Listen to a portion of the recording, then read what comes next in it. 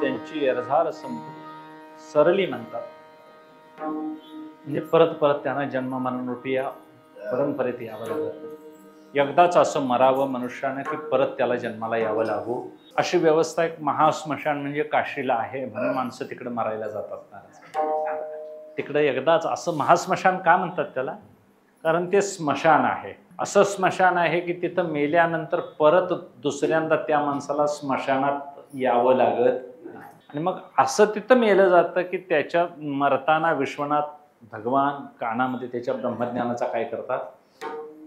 त्याला उपदेश करतात. वाराणसी प्राणी मध्ये मरे उपदेश करी विश्वनाथ कानी.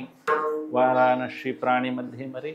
वाराणसीमध्ये प्राणी मरत असताना अंतक समयाला भगवान शंकर कानात ब्रह्मज्ञानाचा उपदेश करतात. हे आलं मरण, काशीतलं मरण म्हणा. आणि मग तिथं मरायला गेलं तर महाराज भाग्यानं मरण आलं तर आलं, नाहीतर तिथं कटळून घरला आला तर आणि घरात आल्यावर आलं तर मरण तर अवघड. पण ते काय आपल्या हातात नाही. म्हणून असं प्रारब्धाधीन मरण, त्याच्यापेक्षा प्रयत्नानं असं आपण मरावं की तुका म्हणे एका मरणेची सरे उत्तमची उरे करते. आता कसं मरायचं तर वासना क्षय होऊन मेलं पाहिजे. वासना प्रक्षयो मोक्ष. त्या चित्तामध्ये इच्छा असू नयेत, काही आकांक्षा असू नयेत, काही भावना, या सगळ्या गोष्टी तिथून काय झाले शांत झाल्या पाहिजेत. पाप करावा असंही वाटू नये, पुण्य मिळवावा असंही वाटू नये. धर्म अधर्म पाप पुण्य हे गुणाच्या पलीकडे गेलं पाहिजे. असं अंतःकरण बाधित झालं पाहिजे की ते अंतःकरण म्हणून फक्त नाममात्र उरलं पाहिजे. अंतःकरण चित्त म्हणतात त्याला. चित्त का मरत नाही तर ते बाधित झालेलं आहे म्हणून मरत नाही संतांचं. हरी परमात्मा का मरत नाही तर तो कसा आहे? अजरामर आहे, तो अबाधित आहे, तो कधीही जन्म नाही त्याला, कधीही मरण नाही. जसा देव आहे तसं त्याच्याशी एकरूप झालं. पाणी पाण्यात मिसळताना एकरूपानं कसं मिसळतं?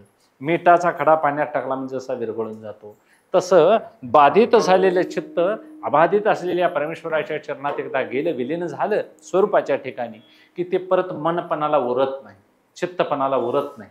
उरतं मन.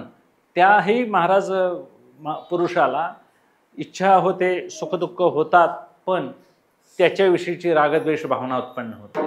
बघा साधू संतांना कुठल्या रागद्वेष उत्पन्न झालाय का? कुठल्या साधू संतांना पाप पुण्य असं वाटलंय का? धर्माधर्म वाटत नाही. तुमच्या आमच्या जीवाच्या गळ्यात धर्माधर्माची रुपी झोळी बांधलेली आहे. टाकिली पात्र झोळी धर्म अधर्म आशा कोल्हाळ चुकविला त्रिगुणाचा ओळसा. न मागे भिकाताची झाला भरवसा ओळली 17 वेगळ्या तिने पुरविली इच्छा. अशा ठिकाणी साधू संतांनी रहिवास केला की परत आता कुणाच्या दारात भीक मागायला जावं लागणार नाही. याचा अर्थ ते भिकारी नव्हे. विषयाच्या दाराला तुम्ही आम्ही भीक मागतोय, तुम्ही आम्ही डोळ्याच्याकडे भीक मागतोय. चांगलं सिनेमा बघायला मिळावा, चांगलं कानाला गायन ऐकाय मिळावं. चांगलं गायन बुवानं म्हटलं तर बुवा बरा वाटतो, चांगल्या गोष्टी सांगितल्या तर ऐकायला बऱ्या वाटतात. हे काय भीकच आहे महाराज शेवटी. यातून त्यांची सरली एरझार म्हणायचं का आमची सरली एरझार व्हायला पाहिजे? किती दिवस असं ऐकायचं महाराज? त्यांची सरली द्वारकेचा राणा पांडवा घरी. आमच्या घरात काही आहे नको म्हणतोय. आमच्या घरात गुजरातच्या म्हशी, त्या उस्मानाबादी शेळ्या, कोंबडीच्या जाती कुठल्या आहेत मला काय माहिती नाही. तर हे आता असलं धन आमच्या घरात. तुकोबराय सांगतात धन घरी पांडुरंग अभंग जे सरेना.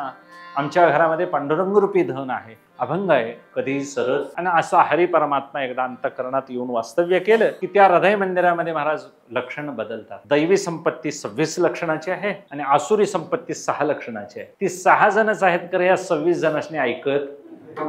दंभो दर्पो विमानश क्रोध पारुष्यमेवच अज्ञानम च विजातस्य संपदम. आसुरी संपत्ती आहे. दंभ दर्प अभिमान क्रोध पारुष्य याला म्हणतात. आणि मग अभयम सत्व संशुद्धी ही 26 लक्षणं आहेत. ही 26 असूनही महाराज ही शांत आणि सात्विक आहेत. आणि 6च आहेत तर इतकी महाराज खवाट आहेत ती कोणालाही आटोपता आलेली नाही. म्हणून शहाण्या पुरुषानं यांच्या वाटेला न गेलेलं बरं. हे विकारानं भरलेलं मन आधी शुद्ध करावं, इंद्रिय आपली सगळी आपल्या ताब्यात ठेवावीत महाराज. शहाण्या पुरुषानं मनाचे लगाम महाराज इतके आवरून धरावेत आणि त्या मनाला माझा अभ्यास लावावा. आणि असं करता करता हरी आला हाता. आता हातात हरी आल्यावर काय सांगावं? आजी संसार सुफळ झाला गे माय दे केले पाय विठोबाचे. महाराज नुसतं यात्रा आहे पिपळगावची असं म्हणण्यात काय अर्थ आहे? यात्रेचा दिवस ज्या दिवशी येईल त्या दिवशीचं काहीतरी वारं निराळच असतंय ते. तसं महिनाभर आधी कामं आटपून घेतलेली असतात. पै पाहुणे यायचं, व्यवस्था लावलेली असते, जेवणा खाण्याचं काय, ते खायला काय करायचं याच्यासाठी वांदी असतात महाराज, खायसाठी नव्हे, करायचं काय. एवढं पैसे आमच्याकडे मुबलक आहे, वेळ आहे, पुष्कळ आहे सगळं, पण हरिपाठ कसा म्हणूया ह्याच्यासाठी कोण म्हणतंय का? तू संध्याकाळी म्हण, मी सकाळी म्हणतो असं कोण म्हणतंय? नाही महाराज, तिकडं काहीच नाही. ते गाथं बांधून ठेवल्यात मागल्या बीजाला, ते अजून सोडलेलं. शिवलेला अमृत श्रावणात 4थ्या जो बांधलाय सोमवारला, ते अजून सोडलेला. असं का बरं व्हावं? तर पुण्य कमी पडतं परमार्थामध्ये, पाप आड येतं. तुका म्हणे हिताड, पाप टाके हिताड. तुका म्हणे नाड, पाप टाके हिताड. आम्ही नाडलोय पापामुळं महाराज. पण सुफळ संसार व्हायचा झाला तर हरी हातात आला पाहिजे, पैसा येऊन उपयोगाचा नाही. पैशानं, धनानं महाराज 15 अनर्थ मागं लागतात. लोकांना धनाचं जीवन बरं वाटतं, प्रेमाचं जीवन बरं वाटत. प्रेमाचं, सुखाचं जीवन एक वेगळंच आहे, तिथं चिंता असत नाही. हरी ज्याच्या हातात आला मग कैशी भय चिंता. प्रश्न तुकोबारायांना उपस्थित करतात, हरी हातात आला आणि मग भय चिंता असं कसं म्हणतात ते? म्हणजे हरीच्या दासा भय ऐंशे बोलो ही नये, तुकोबाराय सांगतात. हरीच्या दासा चिंता हे अघटित वार्ता तुकोबारायांचा अभंग आहे की हरीचा दास कथेला उभारला, कीर्तनाला उभारला, टाळ घेऊन उभारला तर पूज्यमान कथे उभे हरिजन करा. केला आनंदे संचार, देहाचा विसर पडतो महाराज कथेमध्ये. आनंदे संचार, देव परमात्मा संचार करतो. एवढा हरिभक्ताचं पूज्य वर्णन करतात तुकोबाराया. एवढा पूज्य हरिभक्त आहे आणि जो नित्य हरीचं स्मरण करत असेल, त्याची वृत्ती जर शांत, अगदी महाराज दया क्षमा या दैवी संपत्तीने युक्त झाली असेल तर अशा पुरुषाला कसलं भय? भय कुणाला असतं महाराज? ज्याच्याजवळ द्वैत आहे त्याला भय. एकटा असणाऱ्याला काय भय आहे? कायच मागं पुढं नाही. अशा माणसाची कोण कळ काढतंय? कारण ह्याला मागं पुढं काहीच नाही म्हणते, आता कोणते मारलं हे नव्हतं तर काय, आता याचं काय शिल्लक आहे? तेही जीवावर उदार झालेला असला म्हणजे महाराज डोसकीला तांबडा टावेल बांधून कुऱ्हाड घेऊन आल्यावर कोण कळ काढतंय त्याची? तसं संतांची अवस्था अशी आहे, इकडं काळही त्यांच्याकडे बघाय फिरकाय तयार नाही आणि इकडं देवही काय माग म्हणून आला तर देवालाही ते सैल सोडत. आम्ही तुझ्या मागण्यासाठी सेवा करत नाही, आम्ही काय व्यापारी, आम्ही काय वणिज नाही म्हणतात. म्हणजे तुकोबारायांना अशी सेवा करायची आहे. हरी हातात आल्यानंतर तो कळाला. आता हरीचं व्यापकपण कळाल्यानंतर मिळवायचं काय उरलं सांगा? काही मिळवायचं उरत नाही. आणि मग ज्याच्याजवळ मिळवायसारखं काही नाही, ज्याचा मिळवायची इच्छा नाही, आस नाही, अशा पुरुषाला निर्भय अवस्था प्राप्त होते. आणि मग ही लक्षणं, भय चिंता रहित राहणं इतकं सोपं नाही. हे सगळे फायदे आहेत महाराज. व्यापार करायचा आहे, हरी साठवायचा, हरिरूपी माल साठवायचा तर त्याचा व्यापार करावा लागेल. व्यापार करताना केवढा लाभ व्हावा तर नारद महर्षी आपल्या नारद भक्ती सूत्रामध्ये सांगतात, ज्यानं हरिपरमात्मा साठवला त्याला 13 पद्धतीचे फायदे होतात की यल्लब्ध्वा पुमान सिद्धो भवती, अमृतो भवती, तृप्तो भवती, यत्प्राप्य न किंचित वांछति, न सोचती, न द्वेष्टी, न रमते, नोत्साही भवती, यज्ञात्वा मत्तो भवती, स्तब्धो भवती आणि आत्मारामो भवती. शेवटी तो आत्माराम होतो. मला सांगा, देवच होतोय, बरं होतोय म्हणायचं का मूळचाच हाय? आधी हाय मूळचाच, म्हणून परमार्थात फक्त ओळख विसरलेली आहे. ओळख विसरलेली असल्यामुळं आम्हाला नको तिकडं जायची वेळ आलेली आहे. वास्तविक मी देह म्हणता ब्रह्महत्या कोटी, येऊन या पाठी थापटती. देह म्हणजे मी असं समजून आम्ही व्यवहार करायला, वास्तविक देह म्हणजे मी नाही. देह मरका आहे, सडका आहे, नासका आहे, पण आपल्याला मिळालेलं आहे भाग्यानं. आपण त्याचं सोनं करून घेऊया, चांगला वापरूया, त्याला साधन म्हणून वापरूया, त्याची योग्य डागडुजी करूया. घर महाराज पडत आलं तर का कोण बांधणाऱ्याला शिव्या देते? गेलावा पडल्या गोंड्याला शिव्या देतात. एक मापटभर सिमेंट काहीतरी आणायचं आणि परत आहे त्या दर्जाच्या भरायच्या. का कोणी घर पाडलंय, केसात वा झाल्या म्हणून कोणी पेटवून लय डोसक. तुकोबारायांनी हेच सांगितले ना, ओवाच्या रागे फेडले सावली देखील जगे. पुन्हा अंगावर पिसवा झाल्या म्हणून कापडं कोण टाकून नागवा फिरायला नाही महाराज. हे संघात राहायचं म्हटलं हे असं राहावंच लागतं महाराज. बर, घर सोडून दुसरीकडे कुठेतरी जाऊन हरी साठवायचा व्यापार करावा म्हटलं तर गावात कांदा बटाट्याचं दुकान काढलेलं जवळजवळ बरं का जाऊन कोल्हापूरच्या पुढं घातलेलं बरं? तिथनं जायच्या प्रवासाला मिळवलेला फायदा सपायचा. त्याच्यापेक्षा शिष्यशास्त्रादी विलासे, मठादी मद्रेचे निमिषे, घातले हाते फासे निसंगाजेने. काय एक पुरुष महाराज घरात कटाळाने जाऊन जंगलात राहिला, घरी कुटुंबपणे सरे आणि वनी वन्य होण्या अवतरे आणि नागवी याही शरीर लागला. ज्ञानोबराय सांगतात, इथं नागवा राहिलास तरी तुला साधू म्हणून पिडतील, भगवं घातलंस तरी तुला काहीतरी विचारा येतील. काय इथं सोडतोस? काही सोडता येत नाही. म्हणून त्याग आतून असावा, बाहेरला त्याग उपयोगाचा नाही. ज्ञानोबराय सांगतात की या त्यागाचा महिमा एवढा मोठा आहे, घर सोडून जर तू शिष्य करत बाहेर बसलास तर मग घरची पोरं सांभाळत असतेच बरं, तिथं शिष्य सांभाळत बसलास, ती घरची पोरच म्हणायची. तिथं कुठंतरी आश्रम काढला आणि आश्रमाच्या तिथं बाग फुलं झाडं चार लावली, फळाची झाडं चार लावली आणि कुणीतरी झाडाचं पान तोडलं तर त्याला तू काठी घेऊन काय करतो, माराय धावतोस. मग घरातच मसरं बाळगत असतं काय बिघडत. असं शहाण्या पुरुषांना असं समजून घ्यायचं, माझी आहे ती परिस्थिती चांगली, देवानं दिलेली उत्तम परिस्थिती असते, त्यात फार माणसानं दुरुस्ती करायला जाऊ नये. प्रयत्नानं बदल करावा पण आरपार बदल होत नाही. महाराज वाकडा लिहिलेला गंध वाकडा असेल बरोबर आहे, तो सरळ करायला पुसून, कपाळच वाकडा असलं तर करणार का. लल्लाटीचे लिहिले न मोडेगा काही केले, काळे गोरे पण धुतले फिटवणे. काळपणा घालवायसाठी महाराज किती रासायनिक औषधं निघाली तरी काळपणा जातोय. जन्मताचे तिकडनं आलाय ओरिजिनल कलर, तो महाराज बदलत त्याच्यावर तो देवानच महाराज बदलून दिला तर बदलेल, शक्य नाही. म्हणून शहाण्या मनुष्यानं फार संसारात बदलायच्या भानगडीत पडू नये. आहे ती सृष्टी छान आहे. महाराज एक जांभळाच्या झाडाखाली अतिथी म्हणून आलेला, कंटाळला दुपारच्या वेळेला आणि वाऱ्यानं झोप लागली महाराज, आणि कल्पना करत झोपला, वर जांभळाला बघित म्हणाला, त्याला अशी बुद्धी सुचली, काय देव असेल म्हणाला, देव सर्वज्ञ म्हणता बरं, देवाला काय अक्कल, मी असतो देव तर म्हणाला ह्या झाडाला केवढं खोड मोठं आहे, जांभळं मोठी मोठी लावली असते म्हणाला. आणि असं विचार करता करता एका बाजूला कलांडला आणि मग त्याला त्या एका कुपावर भोपळं दिसलं, येल गेलेला भोपळा, आणि त्याला भोपळा लटकलेला दिसल्यावर देव आरपार म्हणाला अडाणी आहे, फळ आहे म्हणाला, त्याला कळत नाही, हे एवढं बारीक वेली आहे म्हणाला करंगळीसारखी, त्याला फळ दिले मोठं, आणि हे झाड केवढं नेटकाईने याला फळ दिले. असं करीत करीत कलांडला डोळा लागल्यानंतर मला गार वाऱ्याची झुळूक भरायला लागला, आणि 5 मिनिटांनी वाऱ्याच्या तडाख्यानं मला एक जांभाळ पडलं, ते ह्याच्या नाकावच पडलं. जे उठला, देवाचं बरोबर आहे म्हणाला, देवाचं बरोबर असं मोठ्यानं म्हणायला लागलं. तिथं जाते ते लोक म्हणाले, पाहुणं काय देवाचं बरोबर, देवाचं नाही, बरोबरच आहे म्हणाला, देवाचंच बरोबर आहे. आज जर जांभळाच्या जागेला भोपळा असता तर मी जगलो नसतो, बदल झाला असता तर मेलो असतो.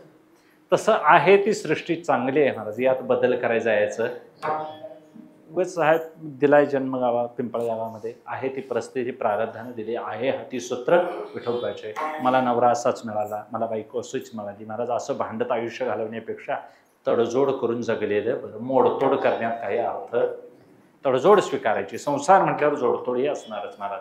आणि कोणाचाही संसार मनासारखा होत नाही, मनासारखा होत नाही त्याचंच नाव संसार. म्हणून शहाण्या माणसानं मनासारखा परमार्थ करावा आणि देव जोडावा, संसार सुफळ करावा.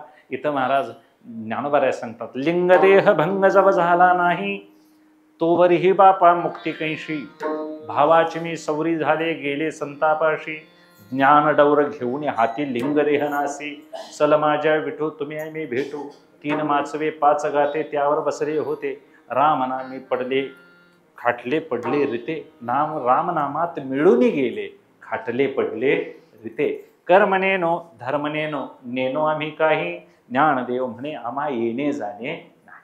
ज्ञानोबराय म्हणतात 3 माचवे म्हणजे त्रिगुणाचं हे माचव आहे, पंचभूताचं एक खाटलं आहे, यावर निवांत झोपलो तो, रामनामाचा मला ध्यास लागला आणि त्या ध्यासात जे विरघळून गेलो ते खाटलंच रित पडलं. म्हणजे माझं शरीरच काय झालं, ब्रह्मरूप झालं. आता मला कर्म नाही, धर्म नाही, मला कोणतीही भावना राहिलेली नाही. आता माझ्या अंतःकरणात काम क्रोध विकार कोणतेही उरले नाहीत. आता मी उरलो फक्त उपकारा. आता देव आणि मी, आता मी माझ्या माहेरात आलोय, आता मी कसंही वावरलो तरी चालेल. अशा एक स्वतंत्र ठिकाणाला येणं म्हणजे महाराज संसार सुफळ होणं. तुकोबाराय सांगतात, हरी आला आता कुणाला भ्यायची गरज नाही, चिंताही नाही. महाराज चिंता किती आम्हाला तुम्हाला चिंता आहे महाराज, देवाला सुद्धा आश्चर्य वाटत असेल, एवढ्या चिंतेत ही माणसं जगली कशी. पण देव सुद्धा महाराज आश्चर्य करत, कारण संसारी माणसाने किती सहन करायचं. एवढा परमार्थ अवघड नाही महाराज, जेवढा आम्ही संसार आहे अवघड, एवढा परमार्थ अवघड नाही. पण आम्हाला सवय झालेली आहे अवघडच गोष्ट करायची, अवघड सुलभ करायची एका बैराग्याला महाराज जायचा आपला भिक्षा माग, कुठं मिळालं खायचं झोपायचं. आणि एक दिवस काय झालं, एका राज्यात आला, राजाची स्वारी काहीतरी निमित्तानं बाहेर हत्तीवरून आलेली होती. किंवा महाराज रस्त्यावर आडवा झोपला बैरागी. राजाचे शिपाई तिकडून चौकशी करत आले, कोण आडवा आहे काय, रस्ता मोकळा पाहिजे नाही राजा जायचा म्हटल्यानंतर. बघत बघत आल्यानंतर हा हातपाय अगदी पाडून रस्त्यावरच आडवा पडलेला. शिपाई म्हणाले, हे बाबा म्हणाले, इथं कशाला आडवा पडलायस म्हणाले, ते हातपाय पसरून पडलायस म्हणाले, राजाची स्वारी यायला लागली म्हणाला, बाजूला होतोस का. ती म्हणाला, हे राजा वगैरे ही मातब्बरी कुणाला सांगायची म्हणाला, जो हात कुणाकडे पसरत नाही तो कशाला पाय आवरेल म्हणतोय. ज्याला हात पसरायची सवय नाही त्यानं पाय का आवरावं, मी उठणार नाही म्हणाला, जावा तुमचं. महाराज ते 14 शिपायांना तो ऐकला नाही आणि 4 शिपाई बोलवून आणले. 7-8 जणांनी धरला, उचलला आणि गटारीच्या काठाला.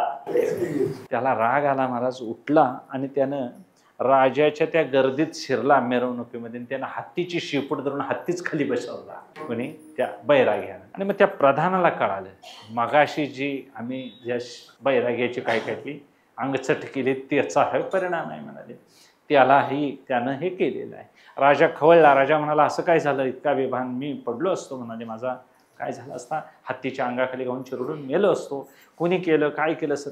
ते हे प्रधान हुशार होता. प्रधान म्हणाले, राजेसाहेब आता तूर्त जाऊ दे, आता मिरवणूक जाऊ दे म्हणाले, याचं कारण तुम्हाला एक 15 दिवसानं मी सांगतो. आणि महाराज राजा निघून गेले, मिरवणूक झाली. त्या प्रधानानं तो बैरागी शोधून काढला आणि त्या प्रधानाला बोलवलं, महाराज तुम्ही कुठं राहता, तर मी मारुतीच्या मंदिरात राहतोय, कुठं मिळेल ते खातोय, निवांत झोपतोय म्हणा, काय हरकत नाही म्हणाले. मग महाराज आता तुम्ही कुठंतरी फिरण्यापेक्षा म्हणाला तो प्रधान, आमच्याही गावात मारुतीचं देऊळ आहे, जरा दूर आहे डोंगराजवळ, फक्त ते एक काम आहे माझं करावं लागेल म्हणाले, मी तुम्हाला कोठडीतून शिधा देतो, नित्यनेमानं तुम्हाला तेल पाणी वात देतो, तुम्ही मारुतीरायांना रोज संध्याकाळी सकाळी दिवा लावायचं काम तेवढं करा, तुम्हाला भरपूर शिधा दिला जाईल खायचं. आता तो म्हणाला, कुठंतरी फिरण्यापेक्षा हे काम कराय काय अवघड आहे, दिवा लावाय काय आता अवघड आहे, काड्यापेटी घेऊन का आता ट्रक घेऊन जायला लागते, एक काडी झाली म्हणजे दिवा लागतोय तेल घेऊन म्हणाला. आणि मग त्यानं ते काम स्वीकारलं. राजाचा हुकूम होता तोपर्यंत महाराज त्याला कोठडीतून शिधा मिळायचा, तेल मिळायचं, वात मिळायचे. आठवडा मजेत गेला. 8 दिवस झाल्यानंतर महाराज हुकुमशिळा झाल्यावर कोण टंगळामंगळ करायला लागली लोक. मग हे त्या राजाच्या कोठडीजवळ बसायचं, तेल द्या, तूप द्या, काहीतरी वात द्या करीत. मग तिने जरा अर्धा तास लावायचा, 1 तास लावायचा, असा महिना महाराज त्याचा इकडं तिकडं गेला. त्याला ते आता कंटाळा आला की नियम शिथिल झाले आता पहिल्यापेक्षा, खाणं वेळेच्या वेळेला मिळेना. आणि असा 1 महिना 1.5 महिना गेल्यानंतर प्रधान जे आले, प्रधानजी म्हणाले, बैरागी बाबा तुम्ही म्हणाले पूर्वी हत्ती बसवलेला होता आमच्या राजाचा, त्यावेळी आम्ही गडबडीत होतो म्हणाले, आता उद्या एक महोत्सव आहे म्हणाले, त्या महोत्सवामध्ये हत्ती आम्हाला तुम्ही बसवून दाखवायला. ते म्हणाला, हत्ती काय बोलता म्हणाले, मला कुत्रं सुद्धा बसायचं नाही आता. वा, कशामुळं तर बत्तीच्या काळजीन झालंय म्हणाला, हे दिवा बत्तीच्या काळजीन. हत्ती बसवायची ताकद कशाच्या काळजीन गेली, बत्ती लावायच्या काळजीन गेली. पहिला हे ह्याच्यात पडला नसता तर महाराज हे कुठंतरी देवळात खाईतानी पडत आपला निवांत राहिला. आता हे तुमच्या आमच्या अवस्था अशी, काहीतरी मिळून म्हणून जंजाळात आम्ही शिरता आणि काही नाही प्राप्त झाले की मग त्या बत्तीच्या काळजीवाने आमचं होतंय, खंगत चाललेलं आहे. तसं तुम्हाला आम्हाला जी चिंता त्रास करते ती आशेमुळेच चिंता त्रास करते. आशा चिंता त्रास आहे म्हणून आम्हाला त्रास काय करतात, तर चिंता ते पळाली गोकुळा बाहेरी, प्रवेश भीतरी केला देवे. चिंता बाहेर पळाली गोकुळातली का, तर देवानं आत गोकुळात प्रवेश केला म्हणून. तसं आपल्या इंद्रिय रूपी या गोकुळामध्ये देवानं प्रवेश एकदा केला की चिंता काम क्रोध आशा सगळं काही बाहेर जाईल, मीपणा माझेपणा निघून जाईल. निळोबराय सांगतात, माझ्या मीपणाचा करुणी फराळ, उरले खावे अशी बैसला सकळ, ऐसा भुकाळू हा नंदाचा गोवळ. यानं खायचं म्हटलं तर काय माझं राखील सांगा, आता काय देऊ याशी, याला काय खाण्यासाठी मी देऊ, माझ्याजवळ काहीच उरलं नाही. निळोबराय म्हणतात गवळणीच्या रूपकातून, तसं आमच्याजवळ काहीच उरलं नसलं पाहिजे तर ते अंतःकरण देवाला आवडतं. तुकोबाराय सांगतात, असा हरी परमात्मा आपल्या साधकाला पूर्ण रिकामा करतो. आणि मग कामक्रोध निघून गेले. आता आमच्या अंतःकरणातून विठ्ठल विठ्ठल एवढंच आमचं भांडवल राहिलं, याच्या पलीकडं काही साठवायचं उरलं नाही. तुका म्हणे, हरी काही उरवणे देऊरी, हरी काहीच उरू देत नाही, हा पहिला त्याचा अर्थ आहे. हरी काही उरून दे असं नाही, तर हरीच फक्त उरतो असाही दुसरा अर्थ आहे. का हरी उरतो, तर काहीच उरत नाही म्हणजे शून्य होऊन जाईल. हरी उरतो, देव एकटा उरतो. आणि तो आपल्या अस्तित्वानं सच्चिदानंद रूपानं आमच्या अंतःकरणाला अधिष्ठान म्हणून उरतो. म्हणून हरी परमात्मा आणि हरीचा दास वेगळा दिसत नाहीत, एकच दिसतात. हरी तैसे हरीचे दास, नाही तया भयमोह चिंतास, होऊनी राहती उदास बळकटकास भक्तीची. म्हणून तुम्ही आम्ही देखील हरी परमात्मा उरावा अशा अजातवादापर्यंत जावावं. याला अवशिष्ट हरी उरतो म्हणून शास्त्रकार याला सर्व बाधा अवशिष्ट असा एक सिद्धांत शब्द देतात. एकटाच उरतो हरी, आणि एकटा उरलेला आहे हरी तो आम्हाला विशिष्ट रूपानं दृढापक्ष रूपानं कळाला की तुकोबाराय सांगतात काहीही करायचं उरत नाही. म्हणून संतांचा परमार्थही करून संपला आणि संसारही करून संपला. आमचं संसारही करून संपलेला नाही आणि परमार्थही करून संपलेला नाही. दोन्ही गोष्टी आमच्या उरल्या. वास्तविक यातलं फक्त एकच काय राहावं, हरी तेवढा उरावा. त्याला अजातवाद म्हणावं, त्याला सत्तवाद म्हणावं, सत्ता रूपानं देवच तेवढा उरावा.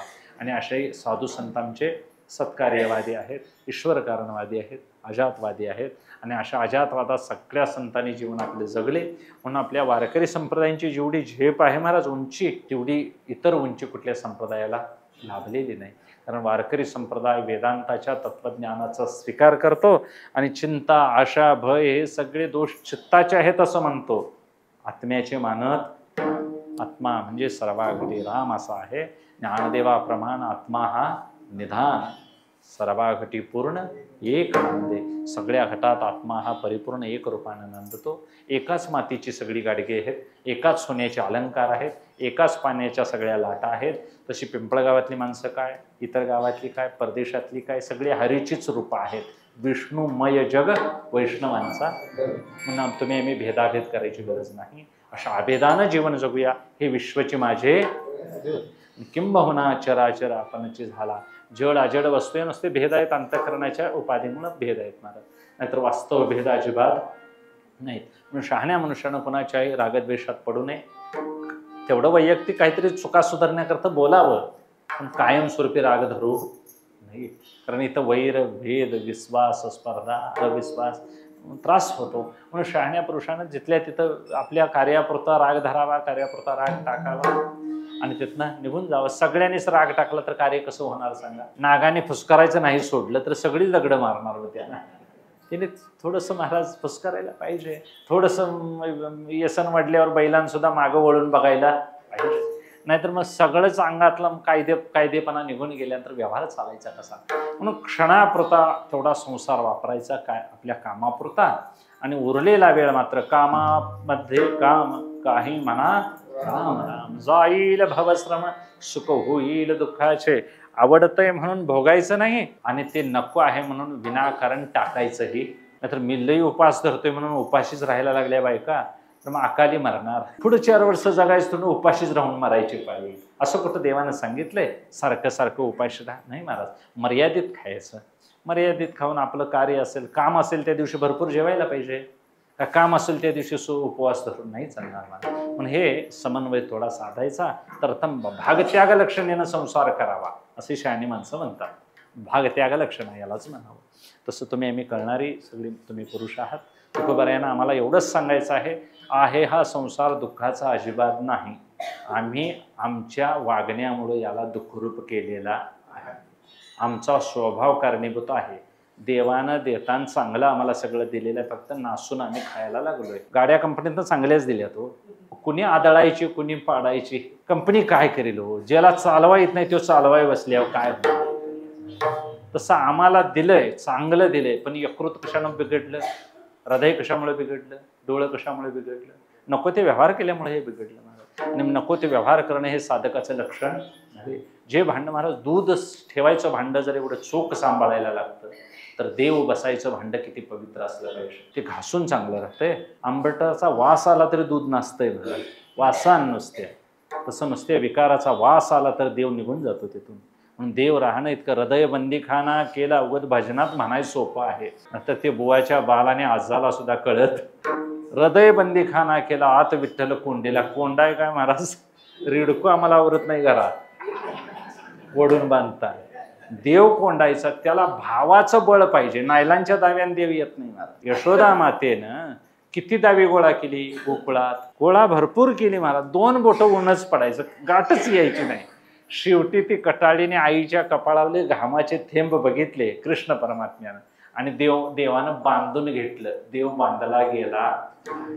मग तो भावनेनं बांधला गेला का दोरे आणि ती तोपर्यंत तो बांधला गेला? आम्ही दोरे आणायला पळतो, ते कसा बांधून घेईल? भावनेनं तुम्ही त्याच्याकडे बघाल, माझं बांधून घ्यायला पाहिजे. त्यावेळी मात्र तो बांधून घेतला. देव भावाचा भुकेला आहे, भावनेचा विकलेला परमात्मा आहे. म्हणून भाविकांची जाती, आम्ही सगळी भाविक व्हायचं महाराज. फार तुम्हाला ज्ञान असो नसो, कळो प्रक्रिया न कळो, राम राम म्हणायला हायगाई करायची हे महाराज. मी सांगण्याने भाग्यानं तुम्ही एखाद्यानं म्हटलं तर मला सुद्धा त्यातलं 4 आठाने पुण्य मिळतंय. इथं काय 5% व्यवहार नाही, 50%वर आहे माझं. अर्ध पुण्य लाभे म्हणविता दोघे, मोडविता दोघे नरका जाती. मोडलं तर नरकाला, म्हटलं तर मलाही निम्मा मिळेल, तुम्हालाही निम्मा मिळेल. म्हणून भाग्यानं आम्ही शाकाहारी राहूया, जमलं तर महाराज भाग्यानं माळ घालूया. जुने कीर्तनकार महाराज कीर्तनातून एवढा मोठा प्रचार करायचे. आळंदी, पंढरी, देहू, पुढ्यात चित्र उभा करायची. त्यावेळी सगळे लोक वारीला जात नव्हते, पंढरी माहिती नव्हती. पुंडलिकाचं देऊळ कुठं आहे असं सांगायला लागले की लोक कान करून ऐकायचे मनाचं.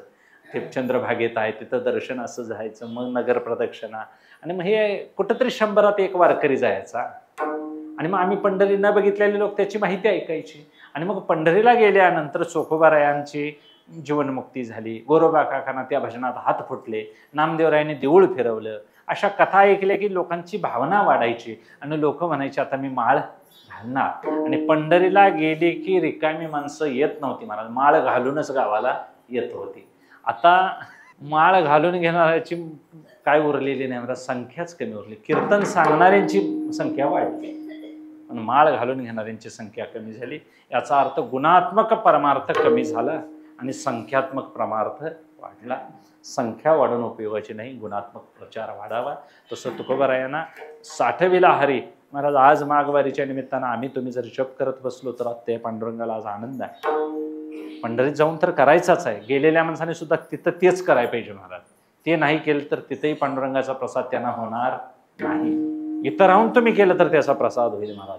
चित्त मियाची भरेल जे दवा, तेव्हा प्रसाद झाला पूर्ण. तेव्हा माझा प्रसाद कधी पूर्ण होईल? चित्त ज्यावेळी पांडुरंगाच्या नामानं भरलं जाईल महाराज. म्हणून आम्ही आज हृदय नामस्मरणानं भरूया आणि मग सप्रेम सद्भावानं जर भरत गेलं तर हृदय शुद्धी होईल. आणि इकडनं देव भरायला सुरुवात झाली की काम क्रोधे केले घर देते. तुका म्हणे देह भरिला विठ्ठले. म्हणून आपण महाराज घर बसल्यात तुम्ही काही म्हणेनात काय, कोण आज लागलाय भक्तीला म्हणतील, जरा घरात चिडवतील. 4 दिवस नियमाचा सपाटा लावला की कोण चिडवत नाहीत महाराज. मोठ्यानं ग्रंथ वाचायचा, म्हणतील गलीत लागलाय आता भक्ती करायला, म्हणतील 5व्या दिवशी महाराज तुमच्या येऊन पाया पडणार. तुकोबारायांचं सामर्थ्य आहे, ते ज्ञानोबारायांचं सामर्थ्य आहे. त्याने आयुष्याची होडी करून हे ग्रंथ लिहिलेले आहेत. कुठल्या सिनेमासाठी, दिग्दर्शकासाठी म्हणून त्यांनी काही कथा मांडलेल्या, जगाच्या कल्याणा संतांच्या विभूती, आपली मुलं बाळ हे सगळ्यांची महाराज बुद्धी बदलायचं सामर्थ्य त्या ग्रंथामध्ये आहे. ही अक्षरे नव्हती, ते का अक्षर नव्हत. आणि ही जर अक्षर कोण म्हणत असेल तर महाराज त्याला संत कळाले. महाराज संतांचं खरं जीवन चैतन्य कोण असेल तर ते ग्रंथ आहे. त्यांचं जिवंत जो रूप आहे ते ग्रंथ आहे. मग गाथा, भागवत, ज्ञानेश्वरी महाराज निदान जाताना घरातून त्या 3 ग्रंथाच्या पाया जरी पडून केलं तरी अहित होणार नाही महाराज. तुम्हाला धक्का देखील लागणार नाही, सुखरूप तुम्ही घरी परत याल. हे 3 ग्रंथ दर्शन घेऊन घरातनं बाहेर पडावं. अनुभव सांगतोय असं नाही महाराज, मी अनुभव सांगायला तुमच्यापेक्षा वयानं ज्येष्ठ नाही, पण अनुभवाच्या काही गोष्टी मी ताडून बघितलेल्या आहेत, त्या सांगायला काय हरकत आहे. घरात दर्शन घेऊन जायला काय हरकत आहे. म्हणून असा एक भाव असावा. लोक काय म्हणत, लोकांच्यासाठी काय करायचं नाही महाराज. आपल्या मनात देवानं भाव दिलेला आहे, तो भाव अनंत जन्माच्या पुण्याईनं उत्पन्न झालेला आहे. तो कुणी दिलेला? देवानं दिलेला आहे. तो का घरच्याने दिलाय आम्हाला? आता आमची घरची सगळी कीर्तन करते, आता मी करतोय, मला पटतंय ते मी करतोय, मला जे अनुभव येतील ते मी तुमच्या समोर सांगतोय. याचा अर्थ असा नाही, प्रत्येकाचं जीवन वेगवेगळं आहे. म्हणून पांडुरंग परमात्म्याची कुणावर कृपा होईल सांगता यायचं नाही. त्यानं हिरण्यकश्यपूच्या घरात प्रल्हाद निर्माण केला महाराज. काय त्याची लीला ओळख आहे. मग ना असं पटवून घ्यायचं, कोण कुठे जन्माला येईल ज्याच्या त्याच्या भाग्यानं. म्हणून आम्ही आलोय ही मोजकी माणसं असेनात का, घरात आपल्याला आवडतोय तो परमार्थ करायचा आणि आपण शेवट जीवनमुक्त व्हायचं. जीवदशा बाधित करायची, जिवंत राहायचं, पण बद्ध न राहता यातून सुटायचं. याला जीवनमुक्ती असं म्हणतात. अशी जीवनमुक्ती संतांनी साधली. त्यालाच तुकोबाराय सांगतात. तुका म्हणे हरी काही उरोणी देउरी, त्याची सरली येरझार, झाला सफल व्यापार. महाराज ज्ञानेश्वर तुका म्हणे हरी काही उरोणी देउरी, त्यांची सरली येरझार, झाला सफळ व्यापार. आपला व्यापार जन्म मरणरूपी परंपरा यामध्ये देवाचा नामचिंतनाचा आम्ही व्यवहार करूया. आपला व्यापार फायद्याचा व्हावा, तोटा होऊ नये. आपल्याला निवांत महाराज त्या आत्मस्वरूपापर्यंत जाण्याकरता पांडुरंग परमात्म्यानं संतांनी आमच्यावर कृपा करावी अशी सदैव आठवण ठेवायची. मोठे महान पुरुष होते महाराज हे, साधू संत दांडगे पुरुष. केवढं मोठं त्यांचं व्यक्तिमत्व, पण त्यांना कणभर देखील गर्व नव्हता. शिवाजी राजा केवढा मोठा राजा महाराज, पण त्यांच्या अंतःकरणात थोडा देखील गर्व नव्हता. तुका आकाशा एवढा, पण गर्व होता. ज्ञानोबा यांच्याकडं ज्ञान केवढं होतं महाराज, पण कधी त्यांनी मिरवले काय सांगा. आमच्याकडं असतंय थोडं रिकामी घागर, आणि महाराज नसतेच काय होते, खळखळ राहते, डचमळत राहतं. पण पूर्ण भरलेलं भांड कधीही महाराज आवाज करत. हे आमच्या अर्ध्या अर्ध्या घागरी अशाच महाराज, एकदा हलवून सोडले की दिवसभर हलतात घरात. ते पाणी आतलं हलतंय नाही सदैव, ह्या गावात थोडंसं त्या गावात थोडं, असे हलायच्याच आमच्या घरी. पूर्ण भरलेली घागर निवांत शांत स्थिर राहते. तसं पूर्ण ज्ञानाचं लक्षण संतांच्या अंगी वास्तव्य करतं, आणि जिथं ज्ञान वस्तीला आलेला आहे तो महाराज देवच बनतो नव्हे. देव आणि ज्ञान वेगळं असत नाही. म्हणून आपण असं शहाणपणानं लक्षात घ्यायचा. हेच शहाणपण, शहाणा तो धनी घेतो येते. म्हणून आपण इतर जगाचा काही विचार करायचा नाही. आपण शहाणे आहोत एवढं आपण लक्षात ठेवायचं. मी मूर्ख नाही एवढं कळलं म्हणजे वास महाराज, त्याच्याला जगाचा उलाढाल करायचा. आपण शहाणा आहे असं पटवून घ्यायचं, आपण शहाणं वागायचं, कळवून घ्यायचं. कळणारी मंडळी आहात. तुकोबारायांचं ज्ञानोबारायांचं ऐकायचं, दुसरं कुणाचंही ऐकायचं नाही. जरी आले तरी कानात बोटं घालून बसायचं. नाही आला म्हणतील म्हणून, पाहुण्याच्या गावात जायत नाही आम्ही, ऐकायचं त्यांचं. होय म्हणायचं, 5 टनानं ऊस पडतोय गुंट्याला, होय म्हणायचं, नाही यायचं. आम्हाला माहिती आहे काय किती टनानं पडतोय, आणि करून बघितलंय सगळं म्हणायचं. हेही कुणाला आता सांगण्यासारखं राहिलेलं. शहाण्या माणसानं गप्प बसायचं, वेड्याचं पांघरून घ्यायचं, पण आत पक्क शहाणं राहायचं, आणि ते कळू सुद्धा द्यायचं. वेडीने माझे दडे महिमे भिणे, संत महिमा झाकून राहिले महाराज. आम्हाला महिमा नाहीच मुळात, तर आम्ही प्रगट करायला लागलोय. असं झाकून जीवन असावं, दाराआड परमार्थ असावा. दाखवून कुणाला अन्न खाऊ, आपल्या घरात निवांत दार झाकून जेवावं. हे उंबऱ्यावर बसून खाण्यात काय अर्थ. सगळ्या गावान बघायचं. आंबा हापूस आणला आणि गलीत कापून 2 हातात धरून जर खाईत फिरायला लागलं तर ते पचल. घर बसल्या खावावं, अंगाला लागलं. तुम्हाला कोण विचारतोय काय खातोस, गावातलं खातोय सर रायवळी आंब का हापूस, कोण विचारावं. आपण निवांत असावं. आळंदीला शिकला काय, आणि महाराज ऋषिकेशला शिकला काय. ज्याच्या मुखात देवाचं नाव येत नाही त्याचं शिक्षण तरी काय उपयोगाचं. वाया व्यर्थ कथा अनंत वाचाळ बरळती, अनंत जन्माचे तप एक. घर बसल्या देवाचं नाव घ्यायचं नाही, नाव घ्यायचं सदैव. कुठल्या बुवाचं गुणगान करायचं नाही, तो बुवा चांगला आणि हो वाईट, ते एवढं सांगितलं काय नाही, वाचलेलंच सांगते, दुसरं काही सांगित.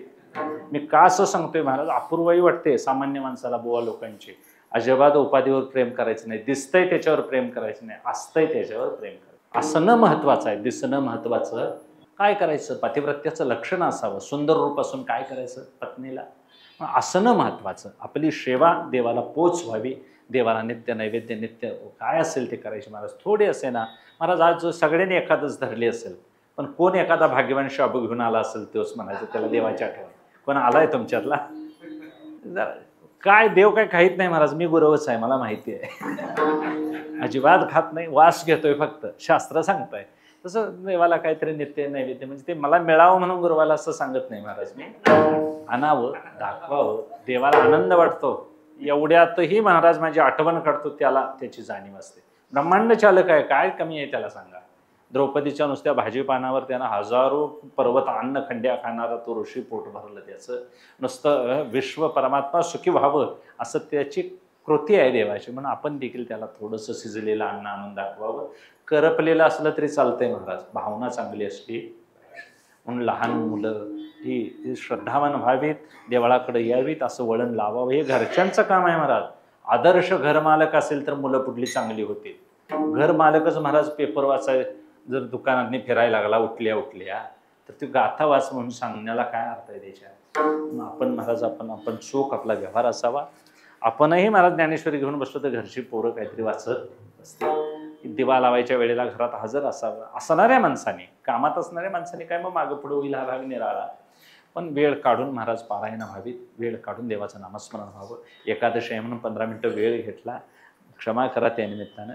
पण महाराज असं सांगायला माणसं गावत नाही. इथं मोकळी गावली आहेत म्हणून सांगायचं. माझं एरवी कोण गावात उद्या आलं तर ऐकतील माझं कीर्तन, ते देवळात पांडुरंगाच्या सांगायचं, इथं काय सांगायचं नाही असं म्हणते. म्हणून आपण आता गावली म्हणून सांगायला लागलोय. झालेली सेवा आहे तुम्हा सर्व साधू संतांच्या कृपेनं.